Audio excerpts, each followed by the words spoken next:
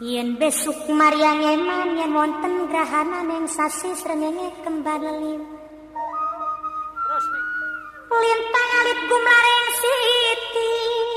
Ngono.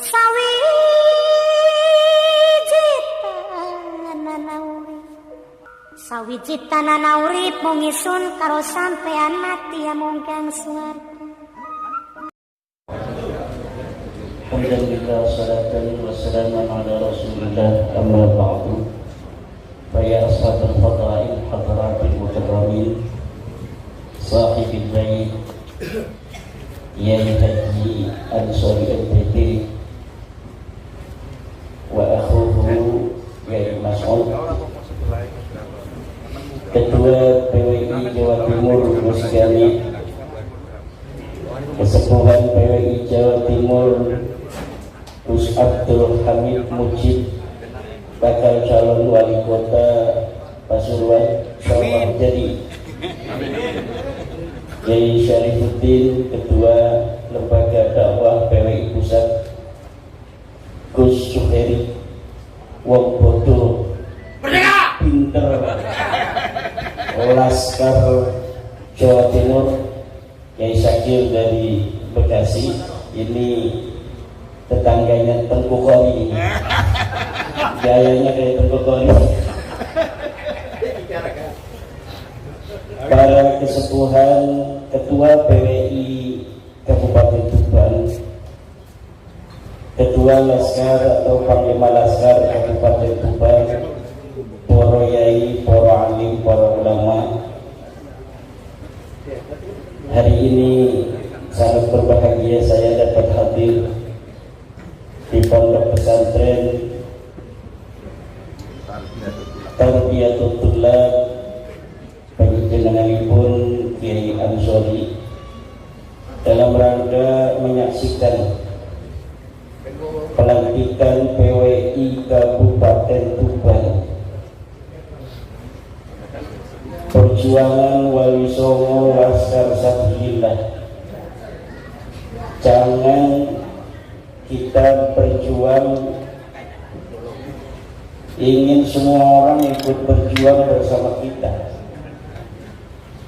Dari zaman dulu, sejak masa perjuangan, pejuang itu minal aqallin, pejuang itu minoritas, karena pejuang itu memperjuangkan hak-hak mayoritas.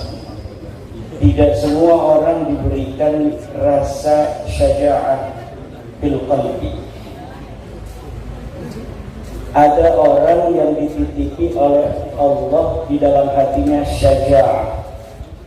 Dialah yang akan menjadi agen of change of the world. Agen perubahan dunia itu hanya dilakukan oleh orang-orang fi qalbihi syaja'ah. Perubahan apapun di dunia ini, peradaban dibangun oleh man fi qalbihi syaja'ah, para kesatria. Daraballahu mathalan rajulaini ahaduhuma adkam la yaqdiru ala syai'in wa huwa kallun ala maulah aynama yuwajjihu lam ya'ti bi khairin hal yastawi huwa wa man ya'muru bil 'adli wa huwa ala siratin mustaqim. Manusia itu ada dua. Allah membuat perumpamaan jenis manusia itu seperti dua orang laki-laki. Pertama, laki-laki yang bisu, seorang hamba sahaya yang ia tergantung kepada tuannya. Aynama yuwajjihu ay yatawajjah fala ya'ti bi khairin. Di mana saja tuannya itu menyuruh, dia akan bekerja, tetapi lam ya'ti bi khairin. La ya'ti bi khairin, dia tidak akan bisa melakukan apapun yang terbaik. Hal yastawi huwa wa man ya'muru bil 'adli wa huwa ala siratin mustaqim. Apakah orang yang semacam itu sama dengan orang yang dia memerintahkan keadilan dan dia berdiri di atas jalan yang lurus. Dari zaman dulu manusia itu terbagi dua. Ada yang dia mau bekerja li syaja'atihi fi qalbihi li irfanihi wal yaqinihi, karena keberaniannya, karena ma'rifatnya, karena keyakinannya. Ada yang dia bergerak ketika maulanya, majikannya menyuruh. Aina ma yuwajjihu la ya'ti bi khair. Mana saja tuannya menyuruh, dia akan bekerja. Tidak didasari oleh apa keyakinan yang ada di dalam jiwanya. Dan PWI itu termasuk orang-orang ya'muru bil 'adli wa huwa 'ala siratin mustaqim. Dia adalah orang-orang yang memerintahkan kepada keadilan dan dia berdiri di atas jalan yang lurus. Bagaimana tidak lurus? Wal takun ummatun yad'una ilal khairi wa ya'muruna bil ma'ruf wa yanhauna 'anil munkari wa ulaika humul muflihun. Ini PWI. Ciri pertama PWI adalah yad'una ilal khairi, menyeru manusia kepada kebaikan. Ini yang harus dijaga. Wa ya'muruna bil ma'ruf, dan memerintahkan kepada kebajikan, kepada kema'rufan, kearifan lokal. Wa yanhauna 'anil munkar, dan mencegah dari kemungkaran. Wa minal munkarati may yantasibu ila ghairi abihi bi ghairi haqqin. Dan daripada kemungkaran adalah yang ada di depan mata kita hari ini, orang yang bernisbat kepada leluhurnya yang bukan leluhurnya, fadlan an intisabihim ila Rasulillah Muhammadin sallallahu alaihi wasallam bisuri wal kadhib. Apalagi orang-orang yang hari ini kita lihat berintisab kepada Rasulullah dengan dusta dan penipuan, dengan penipuan dan dusta, dan kedustaannya ini terverifikasi di dalam kitab-kitab sejarah, kedustaannya ini terverifikasi di dalam kitab-kitab nas. Namun mereka tidak mau. Mereka tidak mau menerima kenyataan bahwa mereka bukan cucu Nabi. Masa iya kita lahir sebagai cucu Nabi kok mau mati jadi mantan cucu Nabi? Di sini ada rasa gimana gitu. Masa iya kita sejak kecil jadi cucu Nabi kok mau mati Gus Jami kita jadi mantan cucu Nabi? Ada seorang hadis dalam status Facebooknya yang di-screenshot oleh teman dikirimkan kepada saya. Orang ini sekarang baru meninggal sebulan yang lalu. Dia ahli nasab daripada Rabita Alami. Dia mengatakan bagaimanapun caranya kita akan melawan dan pertahankan nasab kita. Setelah nulis begitu dia mati. Siapa? Saya nggak ngomong nama ya. Langsung mati. Jangan macam-macam dengan Rasul. Jangan macam-macam. Kenapa? Karena apabila sesuatu kasyful asar telah terjadi, maka tidak ada satu kekuatan pun yang mampu untuk mencegahnya. Kalau orang berani untuk berdiri tegak ketika ada bulldozer, maka dia akan terlindas oleh bulldozer. Siapapun dia, kalau Allah sudah berkehendak, dan ini nampaknya Allah betul-betul sudah berkehendak. Apapun fitnahnya, apapun framingnya, setinggi apa dia pangkatnya hari ini, yang mau membela nasab yang telah menyakiti Rasulullah Muhammad sallallahu alaihi wasallam itu beratus-ratus tahun, dia akan ikut terbantai oleh kedahsyatan kehendak Allah Subhanahu wa Ta'ala. Ini yang saya rasakan, yang saya pandangi, yang saya sendiri itu tidak menyangka akan seperti ini. Dan setiap langkah itu diberikan kemudahan oleh Allah, karena bukan Imaduddin yang mau, bukan Gus Jami yang mau, bukan Gus Abbas yang mau, bukan Gus Sukairi wong bodoh yang mau. Wong pinter pun tidak bisa, apalagi cuma wong bodoh.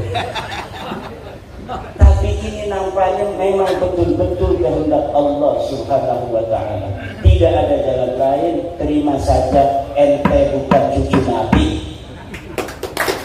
Allahu Akbar. Terima saja. Kalau tidak terima, bahaya.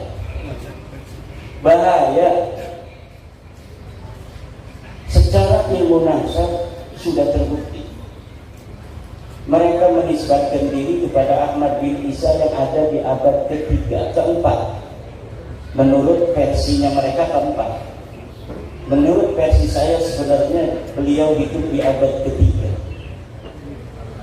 Tetapi menurut Ba'alwi dia wafat 345 Hijriah. Menurut yang saya baca, tahun 243 beliau sudah berumur 20 tahun ada di Madinah Al-Munawwarah. Berarti ketika wafat 345 ini orang yang bernama Sayyid Ahmad bin Isa sudah berumur 131 tahun. Dan itu walaupun mungkinat indallah tetapi nadirul wujud. Itu maksudnya kepada syad mukhaliful qiyas wal isti'mal. Orang berumur 130 tahun, kemudian dia berhijrah 317 Hijriah pada umur 100 tahunan. Ngapain dia berhijrah dari Basra umur 100 tahun? Bentar lagi mau mati. Orang-orang yang suka merantau juga kalau udah kerasa tua umur 60 tahun banyak yang pulang tuh kalau orang Banten. Orang Banten itu orang yang rantaunya rantau palsu. Dia ke Jakarta sampai tua, kalau mau mati kerasa pulang dia. Nggak kuat, nggak kayak orang Padang, nggak kayak orang Wonogiri. Orang Wonogiri ada di kampung saya itu, sampai meninggal beliau di situ. Kuat, tapi orang Banten itu memang begitu. Dia ke Palembang, banyaknya ke Palembang di Jakarta. Tapi kalau udah umur 60-70 tahun dia pulang, nyari-nyari makam yang masih kosong. Kayaknya dimakamin di kampung. Nah ini ada orang umur 100 tahun, katanya hijrah pada 317 Hijriah. Namanya Ahmad bin Isa. Pak, itu bukan Ahmad bin Isa yang punya ayah Muhammad An-Naqib, Pak. Itu bukan kakek kamu mah ini namanya Ubaid bin Isa bin Alwi bin Muhammad bin Ilham bin Aun. Itu kakek kamu. Bukan Ahmad bin Isa yang cucunya Nabi Muhammad sallallahu alaihi wasallam. Ini kitabnya ada Tuhfatuz Zaman. Ini ada kitabnya Al-Ansab Al-Ahdaliyah. Karena mereka dengan Bani Ahdal itu sepupu, kakeknya satu. Masa kita sepupu satu kakek dari garis ayah, dari kakeknya ini ke barat, ini ke timur? Nggak mungkin. Lalu kalau masih mengelak dari sisi ilmu nasab, dari ilmu sejarah, tes DNA sekarang memverifikasi bahwa memang mereka bukan keturunan Arab, mereka orang Ajam. Baklau ini orang Ajam. Wajahnya mirip kayak orang Arab, setitik doang mirip kedelong ini bener-bener baca selawat malah Arab kedelong kayak orang Arab.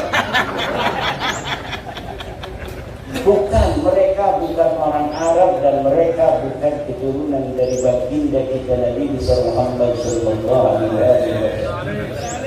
Dalam darahku mengalir darah Rasulullah. Di getihmu diperiksa. Batur-baturnya dulu-dulunya mesti diperiksa 180 wong. Ning Yaman wis diperiksa. Kabeh apa grupe G, mayoritas G, ana sing E, ana sing R siji itu berarti wong sing dibak lawi kaken. Dudu bak lawi karena wong gedean wong ngene. Iku dibak lawi kena. Padahal dudu bak lawi kaya wali songo dibak lawi no. Jadi dari dulunya memang ada upaya-upaya perebutan tokoh-tokoh yang dia bukan keluarga Bahlawi, kemudian dibalawikan. Buktinya mana? Hasil tes DNA 180 itu 99% G, tapi ada beberapa orang yang beda.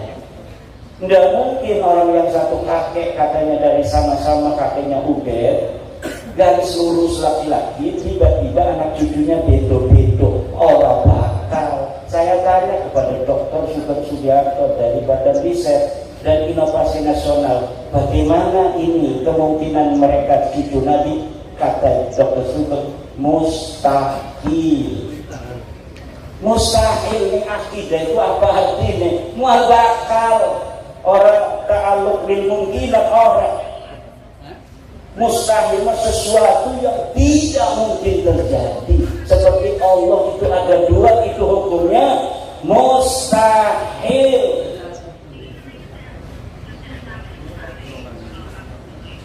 Jadi seperti hukumnya Tuhan itu ada dua, begitulah hukumnya Bahlawi ini keturunan baginda Nabi Muhammad sallallahu alaihi wasallam.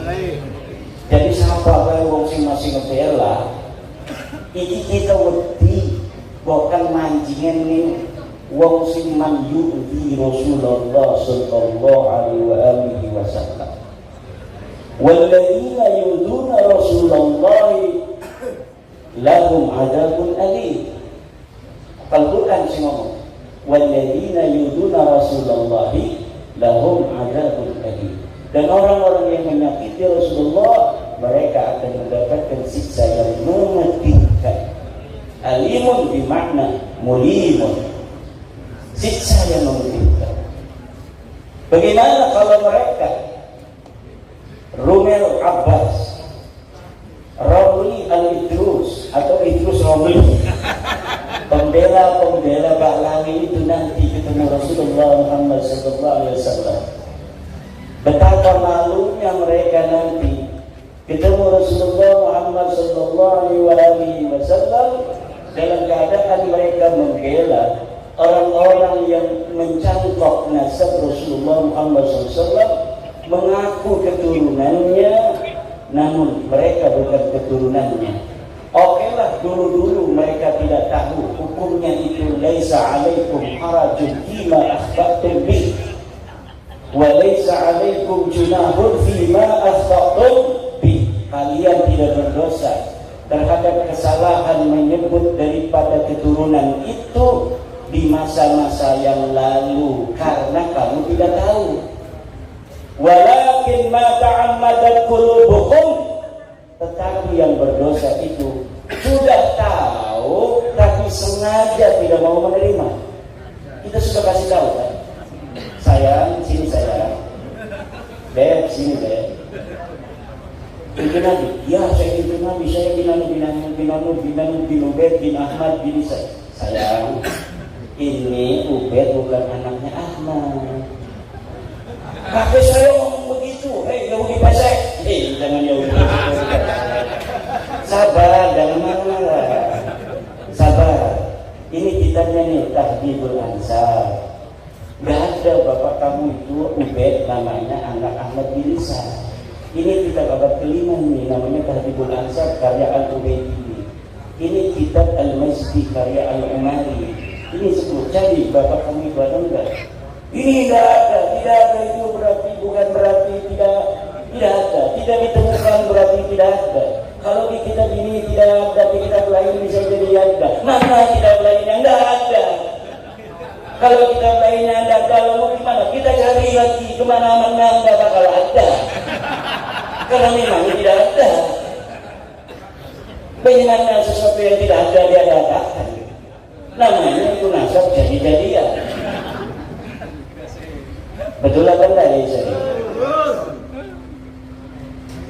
Yai Ansori punya anak berapa? 3. Anaknya cuma 3. Namanya siapa-siapa? Maulana Ansori. 2. Ini Amul Maula Ansori. Iya. 3. Nuraini Ansori.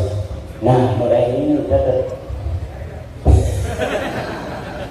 Namanya anaknya 3 tuh. Nur Aini, Maulana Ansori, dan satunya Amul Maula Ansori. Ni'amul Maula Ansori.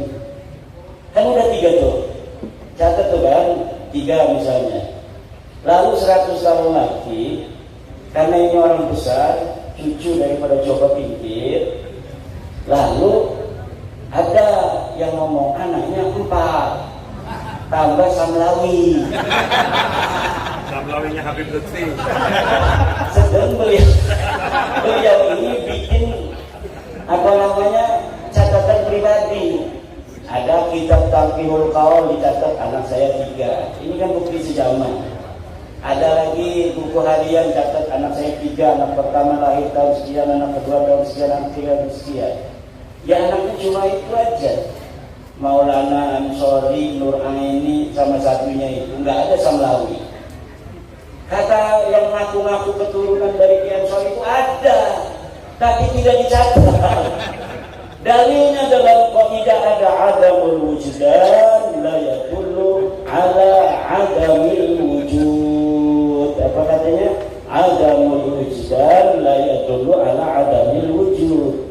Tidak ditemukan bukan berarti tidak ada. Betul, ada qaidah itu. Tidak ditemukan bukan berarti tidak ada. Ada orang bawa motor ke rumah, bawa kunci, trek, kuncinya diambil, dicantolin di paku. Dia lupa paku yang mana, apa di kamar ini. Oh nyari dia, istrinya mau cepet anterin saya ke pasar, nggak ada kuncinya. Kata istrinya, ada mulmus dan layak dulu ala adamil wujud. Betul itu, karena ada apa? Lahu qarinah, ada qarinah. Apa qarinahnya? Dia punya motor. Dan kalau dia itu naruh motor depan rumah, biasanya kuncinya dibawa ke dalam dan biasanya dicantolin. Dicari-cari nggak ketemu bukan berarti tidak ada. Ada kuncinya dalam rumah tapi belum ditemukan. Tetapi dia harus punya lahu dalilun wa hujjatun wa qarinatun. Qarinahnya apa? Adanya motor di depan rumah, motor dia. Masa dia punya motor nggak punya kunci? Betul apa tidak? Kemudian dia biasanya bawa kunci itu ke dalam rumah. Kemudian dia ingat naruh di paku. Itu qarinahnya banyak, hujahnya banyak, dalilnya banyak. Hanya belum ditemukan aja itu kunci. Tapi Ubed ini sebagai anaknya Ahmad ini laisa lahu qarinah, laisa lahu dalil, wa laisa lahu hujjah. Enggak boleh pakai dalil adamul wujdan la yadullu ala adamil wujud. Tetapi pakai dalilnya adalah al ilmu bi adami dalili dalilun. Mengetahui tidak adanya dalil adalah dalil bahwa memang orang itu tidak ada, atau memang minimal orang itu bukan anak Ahmad bin. Yang kedua pakai dalilnya adalah la ibrata bil dhannil bayyini khata'uh. Tidak direken, tidak dihitung sebuah sangkaan yang telah jelas salahnya. Guru-guru kita, yai kita, mbah-mbah kita tidak pernah nanya-nanya silsilah kalau ada habib. Tapi anak hadis turunan Nabi, masya Allah, terima kasih, barokah doain buat kami. Doa Allah Siapin gak punya duit juga. Alhamdulillah. Kenapa? Husnudzon. Namanya husnudzon. Namanya dzon. Namanya kita terima saja, mudah-mudahan ada barokah. Kata ketum juga barokah kalau kita husnudzon. Betul orang husnudzon itu barokah. Tetapi apabila sebuah dzon itu qad tabayyana khata'uhu fala sabila lahu bid-dalil, maka tidak boleh lagi dijadikan dalil. Kalau sudah ada dalilnya nggak bisa. Yai Syakir misalnya orang Bekasi, tiba-tiba ada tetangganya yang meninggal ibunya, bayinya lahir di rumah sakit, dibawa ke Tuban untuk menjaga kehormatan kemuliaan anak ini. Kasihan nggak punya ibu, nggak punya ayah. Dikatakan anak siapa ini Yai Syakir? Anak saya. Husnudzon semua, bisa jadi anaknya Yai Syakir benar. Maka ditanya sama orang-orang desa, itu anak siapa? Anak Yai Syakir dari Bekasi. Namanya dzon. Tapi setelah 20 tahun mau dinikahkan, Yai Syakir ini juga ngegeruyang aja dalam pikirannya. Ini saya mau nikahkan atas nama saya atau bagaimana? Kalau atas nama saya enggak sah karena saya bukan walinya. Kalau misal saya sebutkan, maka nanti dia takut sedih. Tiba-tiba lah bismillah aja, mudah-mudahan Allah mengampuni saya. Mau dinikahkan aja dengan Yai Syakir. Tiba-tiba datang Yai Ansori, namanya Yai Ansori, rambut gondrong. Nanti dulu. Nanti dulu jangan dinikahkan. Ini saya telah dapat informasi dari Bekasi bahwa ini bukan anaknya Kak Haji, ini anaknya tetangga Kak Haji, ibunya meninggal, Kak Haji kasihan, kemudian Kak Haji asuh dia sebagai anak sendiri, nggak bisa nikah. Mana katanya dalilnya? Ini tuh rumah sakitnya, ini bukti dari rumah sakit bahwa ini bayi anaknya Samlawi lagi, ibunya Samsiah, bukan anak Haji. Dulu kalau orang sampai ditanya di pengadilan pun, di pengadilan Tuban, ini si anak ditanya, hei, apa namanya, Gus Jami, anak siapa itu? Kamu bersaksi di depan pengadilan setelah disumpah. Saya tanya kata hakim, anak siapa itu? Anak Yai Syakir. Sah apa tidak? Sah. Karena suhrah wal istifadah sudah tasamuk bainan nas fi palang wa fi soko, bahwa anak ini anak Yai Syakir. Tapi ketika surat dari rumah sakit ini sudah ada, jelas ini bukan anak Yai Syakir, surah istifadah itu gugur semua. Jadi surah dan istifadah itu, kata Ibnu Hajar Al-Asqalani di dalam kitabnya Al-Jawabul Jadil, innan nasaba mimma yasbutu bisyuhrati wal istifadah illa an yasbuta ma yukhalifuh. Nasab itu sebagian dari sesuatu yang bisa ditetapkan dengan syuhrah dan istifadah. Syuhrah istifadah itu kesaksian tanpa melihat, cukup mendengar dari orang-orang saja. Orang mengatakan itu anak Yai Syakir, kita percaya saja itu anak Yai Syakir.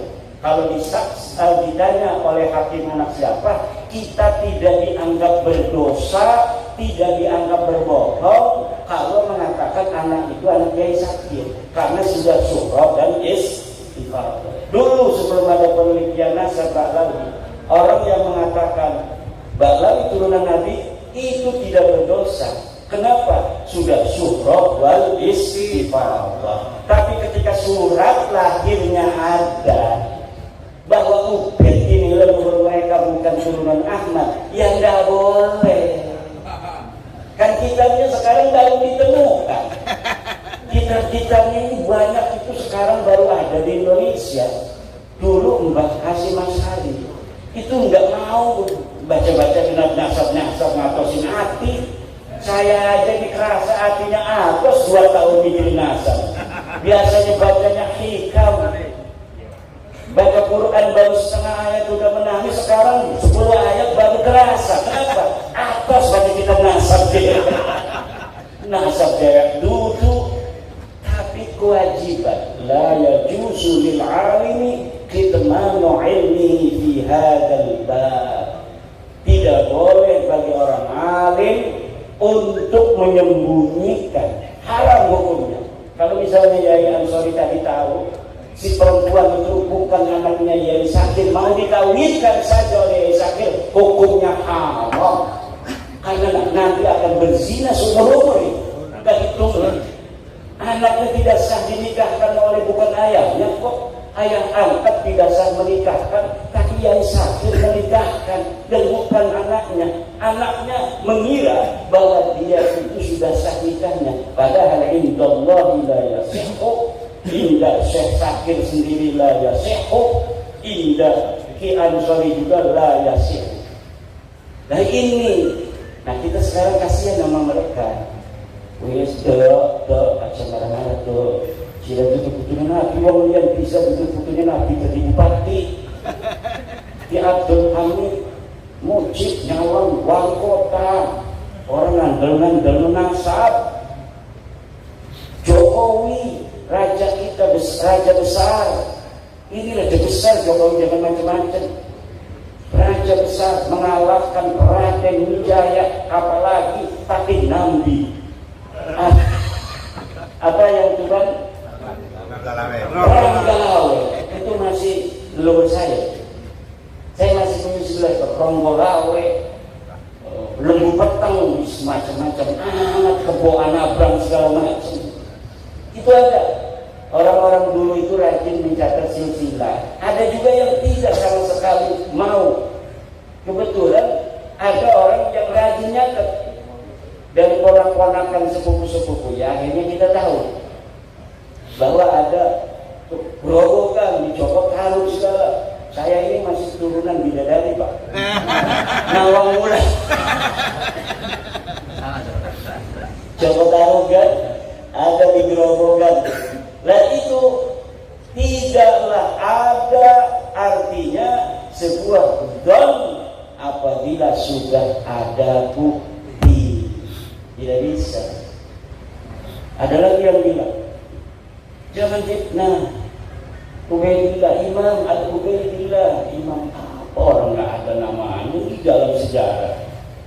Mujtahid mutlak itu kan sebangsanya Imam Syafi'i. Yang semasa dengan Ubaidillah itu banyak ulama-ulama disebutkan di dalam kitab. Kitab-kitab di Yaman itu banyak yang dikarang dari abad ke-4, ke-5, ke-6, ke-7, ke-8, ke-9. Katanya di Hadramaut tidak ada kitab yang dikarang karena lagi perang.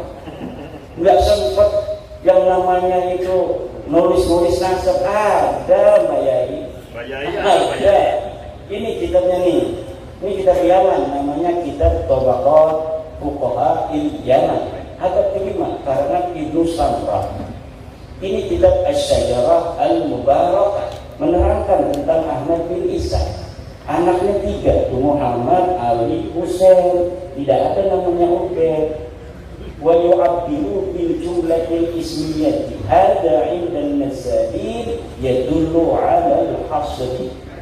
Iftah kitab Syekh Mahdi Rajabi Al-Muqtibun.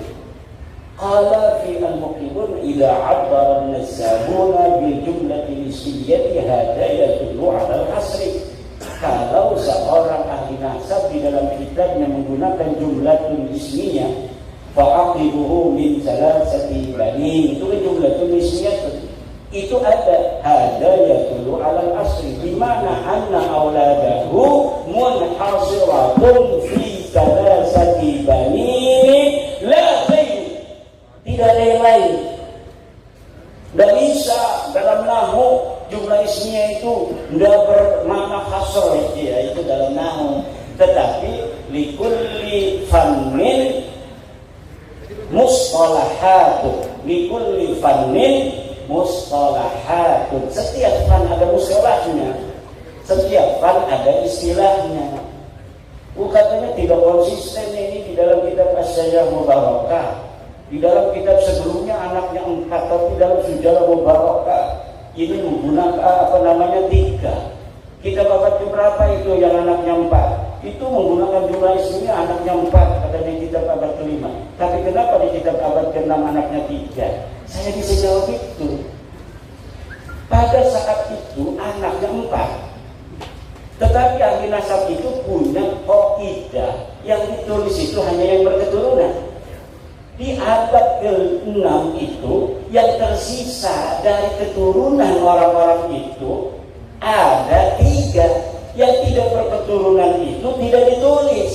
Kenapa? Karena adanya kitab nasab ini untuk menjalin silaturahmi orang yang masih hidup. Orang yang sudah inqirad tidak punya keturunan, yang buat apa ditulis-tulis lagi? Maka kitab nasab kadang-kadang yang lebih tua itu anaknya lebih sedikit. Kalau kitab yang lebih kesana lagi, lebih muda berarti yang lebih muda itu anaknya lebih sedikit, yang lebih tua lebih banyak. Kenapa? Di abad yang lebih muda, yang abad 9, abad 10, itu bisa jadi keturunannya sudah inqirad. Yang sudah inqirad itu tidak lagi ditulis. Karena di dalam kitab nasab itu pakainya istilahnya itu fa'aqoba, maka dia berketurunan. Jarang sekali hanya menulis anak, tapi yang menulis itu siapa yang berketurunan. Karena tujuan ilmu nasab itu lisilatil arham wattaqullaha wal arham. Jadi munasab itu lisilatil arham. Kayak saya mengetahui jalur-jalur silsilah, ketemu dengan Gus Jan, alhamdulillah kita nyambung di Nabi Adam. Alhamdulillah, nanti masih ada satu darah. Ini darah kita ini Pak, di dalam darah kita ini ada darah sampai Nabi Adam alaihi salam. Nih kalau kita misalnya tes DNA, tes DNA-nya dengan 10 sepupu kita ada 10, misalnya satu kakek, cucunya ada 10, di tes DNA itu generasi kedua mentok di situ sama semua kakeknya. Kalau misalnya generasi yang tes DNA itu generasi yang kelima semua itu nanti di atas kelima nyatu semua. Nah ini Baklawi yang sudah tes DNA ini kan udah tes DNA di 170 dan kita punya 7. Yang satu dari relawan Baklawi yang mendukung kita. Ada Baklawi yang mendukung kita, rahasia. Bahaya itu orang. Bisa dimarahin. Dan itu yang satu relawan itu akunnya pun kita yang pegang. Jadi kita bisa teliti dia sedalam-dalamnya. Kalau yang kita akunnya nggak tahu, hanya melihat pengumuman yang ada di dalam internet, family tree DNA, ya hanya luar-luarnya saja mengetahui, oh dia bukan orang Arab, oh dia bukan keturunan Nabi. Tapi kalau kita buka akunnya, kita bisa ketahui sepupu dekatnya siapa saja, sepupu jauhnya siapa saja, dan kita itu punya relawan dari Baklawi sendiri. Dan ini rahasia dari Indonesia pada Yaman, pokoknya di dunia ini ada Baklawi yang mendukung PWILS dan dia mau jadi relawan, dan kita sudah teliti yakin, hakul yakin bahwa mereka, dia dan keluarganya bukan keturunan baginda Nabi Muhammad sallallahu alaihi wasallam. Kita bukan untuk merendahkan orang.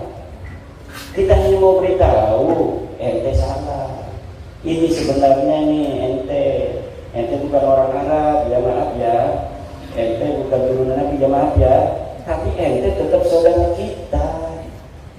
Ente tetap saudara kita. Ayo kita sama-sama di Indonesia hidup seuyunan, bareng-bareng, jangan ledek lagi aneh ya. Begitulah aja beres. Kita hidup lagi seperti biasa. Tidak ada orang yang merasa lebih tinggi lagi secara nasab nanti seperti dulu-dulu lagi. Wah, ente Yahudi pesek, ente ajam. Saya itu pernah loh, makanya terngiang-ngiang itu ada Baklawi yang menyebut guru saya, Abu Yamud tadi, hei orang ajam. Begitu. Jadi Abunya pernah marah-marah kepada Baklawi. Hei Baklawi, usia ulah asup ke Banten, lawan asup ke Banten, sancana ceramah, siap baca tahlil heula 10.000 kali gitu. Marah nih Baklawi. Katanya, hei orang ajam. Wah, kata saya, boleh juga. Coba mukanya sama muka Abu Yamud tadi, Araban mana itu? Jenggotnya itu kayak Syekhul Qadir Jilani. Abu Yamud tadi. Itu satu. Itu udah lama, 2018 atau 2019. Tapi belum menggerakkan saya untuk meneliti. Ketika ada seorang yang sombong, begitu sombong nyuruh orang adzan di pengadilan, ketika asyhadu anna Muhammad, berhenti, itu Muhammad kakek ente apa kakek ane? Nah, alhamdulillah, saya lihat videonya. Apa benar sih orang begini cucunya Nabi? Saya sering membaca sejarah-sejarah para turunan Nabi, Ali dan Abi As-Sajjad, yang matanya penuh linangan air mata. Kalau dia ketahuan sebagai cucu Nabi, dia pindah lagi ngontrak rumah supaya tidak ketahuan. Kalau dia dikatakan sebagai cucu Nabi, saya katanya takut. Kalau saya berbuat dosa, Allah akan menimpakan saya 2 kali lipat dosa daripada orang lain. Kenapa? Karena ada dalil dari Al-Quran, istri-istri Nabi yang berbuat salah, dosanya 2 kali lipat. Turunan tidak ada di Al-Qurannya, tapi cucunya Nabi itu mengkiaskan istri-istri Nabi dengan cucu Nabi Muhammad SAW dalam dosa, bahwa dosanya bisa jadi kita juga 2 kali lipat karena ada nisbah kepada Rasulullah Muhammad SAW. Itu saja. Ada yang ngapain lagi tesis iblis? Wih, tesis iblis. Orang Sunda, orang Bandung, pakainya undang-undang, pengen dipanggilnya Abuya. Kan kalau Abuya di Bandung, Sauma Dahri. Dhahara zurduhu wa dhahara wara'uhu. Wa qara'a al-kutub al-mu'tabara min al-fiqh wal-tafsir wal-hadith. Kita fikihnya dari mulai Fathul Mu'in, Fathul Wahab, Fathul Munhaj, Nihayatul Muhtad, Mughnil Muhtad, beres semua. Tafsirnya dari mulai tafsir Jalalain, Ibnu Katsir, tafsir Marahlabi, tafsir Tabari yang berapa jilid itu tamat Abuya itu di Banten itu. Kitab Syekhul Qadir Al-Jailani, Al-Hundiyah dan sebagainya yang jarang-jarang dibaca oleh yang lain dibaca oleh Abuya. Lah ini ada Abuya mengkritik tesis, bukan ngasih dalil. Wis pokoknya maulah dalil-dalilan. Wis pokoknya mah eta habis eta bid'ah nabawi. Eta turunan Nabi pokoknya mah. Pokoknya mah baik. Syekh Hasyim Asy'ari sering sekali tuh bawa-bawa Mbah Hasyim. Padahal dia sama sekali waktu hidupnya dari mulai kecil sampai sekarang belum pernah dia ada di struktur NU. Belum pernah ngurusi NU. Bahkan dia berseberangan dengan NU. Kalau NU ada hajat, punya calon gak pernah mendukung calon NU. Kok sekarang ketika bab nasab bawa-bawanya Mbah Hasyim aja Mbah Hasyim. Mbah Hasyim katanya mengisbat Baklawi. Mana kitabnya Mbah Hasyimnya? Kalau misalnya ada muridnya Mbah Hasyim, mana saksinya yang masih hidup mengatakan Mbah Hasyim mengisbat Baklawi? Tidak ada. Mbah Hasyim itu kalau ada habis dihormati, kiai masih apa aja dihormati. Kalau datang dikasih kopi, dikasih kue, begitu. Mbah Khalil Bangkalan, hormat kepada Habib, ya hormat pasti semua orang dihormatin. hormatin, tapi ada enggak Mbak Wali mengisbat? Mbak Wali itu sering nulis kitab loh, ada enggak kitabnya? Yang mengisbat itu Imaduddin Usman Balawi, itu kitab dulu saya Fiqratun Nahdiyah. Saya mengisbat Balawi, jelas itu kalimatnya. Wa min dzurriyyatin nabi atau wa min ahli baitin nabi Balawi. Itu namanya mengisbat. Astagfirullah. Wa laisa 'alaikum junahun fima akhta'tum bihi. Tidak berdosa saya. Makanya Hanif Al-Atas itu pakai dalilnya kitab saya, ngajar saya. Kalau Imaduddin sekarang itu katanya dia kemasukan apa? Tapi ada ulama Banten namanya Syekh Imaduddin Usman Al-Bantani. Dalam kitabnya Al-Fiqratul Nahdiyah dia mengisbat Balawi. Gimana lagi? Gayanya kan hebat kalau. Kalau kita kan kurang gaya, kita itu ngajak Batul Muin aja.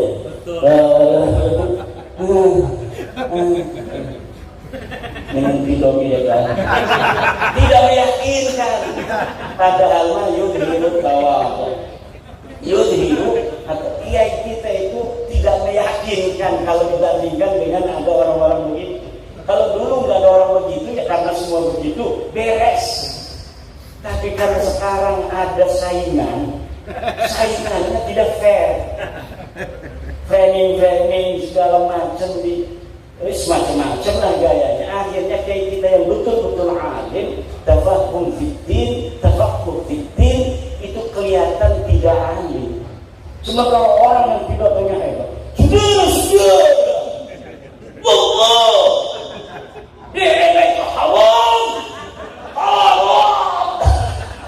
dia haram, meyakinkan, betul tidak? Meyakinkan kalau kiai kita itu kumaha itu. Aduh, aing mah kesambut cenah eta ieu kiai tahajudna sawengi cenah 200 rakaat. Waduh, jauh aing mah. Itu kiai saya mah kalau ngaji begitu. Kalau ada cerita kiai yang katanya tahajudna 200, dia ngomong, ieu mah lain bangsa urang. Lain bangsa urang. Ini mah bukan kelas saya. Selalu ngomong begitu. Tapi zaman sekarang ini karena ada orang-orang yang mengajarkan gaya lain dari gaya Wali Songo yang tawadu, itu kalau ada terawih ma'rifat, orang yang sudah ma'rifat kepada Allah, dia dalam sholat, jangankan istrinya, anaknya, dirinya sendiri, Masya Allah, tidak ingat kalau dia sedang sholat karena khusyuk kepada Allah. Model TV mah jauh model TV mah. Kalau dia tidak menunjuk dirinya, zaman sekarang nunjuknya pada jamaah model TV mah jauh. Kalau kiai dulu yang ditunjuk dirinya sendiri. Dia mah jauh lain bangsa orang. Duduk kelas itu, duduk kelas itu, begitu gaya kiai kita dulu. Makanya ya sekarang gayanya agak dirubah.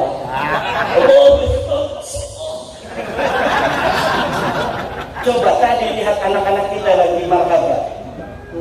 Begitu gaya-gayanya. Karena yang diajarkan ketawaduan, akhlak. Tapi sekarang orang yang lagi marhaban, waalaikumsalam. Enggak ada yang assalamualaikum di waalaikumsalam lebih marhaban. Ditanya sama orang setelah dari marhaban, tadi lagi marhaban, kamu ngomong waalaikumsalam. Rasulullah mengucap salam kepada dan Rasulullah menyampaikan salam untuk semua jemaah yang hadir di sini. Masya Allah, dapat barokah orang-orang sokok pada hari ini karena kedatangan daripada aneh Imaduddin Usman. Masya Allah, Rasulullah sampai titik salam kepada kita semua. Gayanya begitu ya. Na'udzubillah, kita tidak diajarkan seperti itu. Kita ala manhajil awliya tis'ah. Kita manhaj Wali Songo yang arif dan bijaksana, berdakwah dengan ramah tidak marah, berdakwah dengan manis tidak bengis, berdakwah dengan beradab tidak biadab. wallahu huwal muwaffiq ila aqwamit thoriq. Assalamualaikum warahmatullahi wabarakatuh.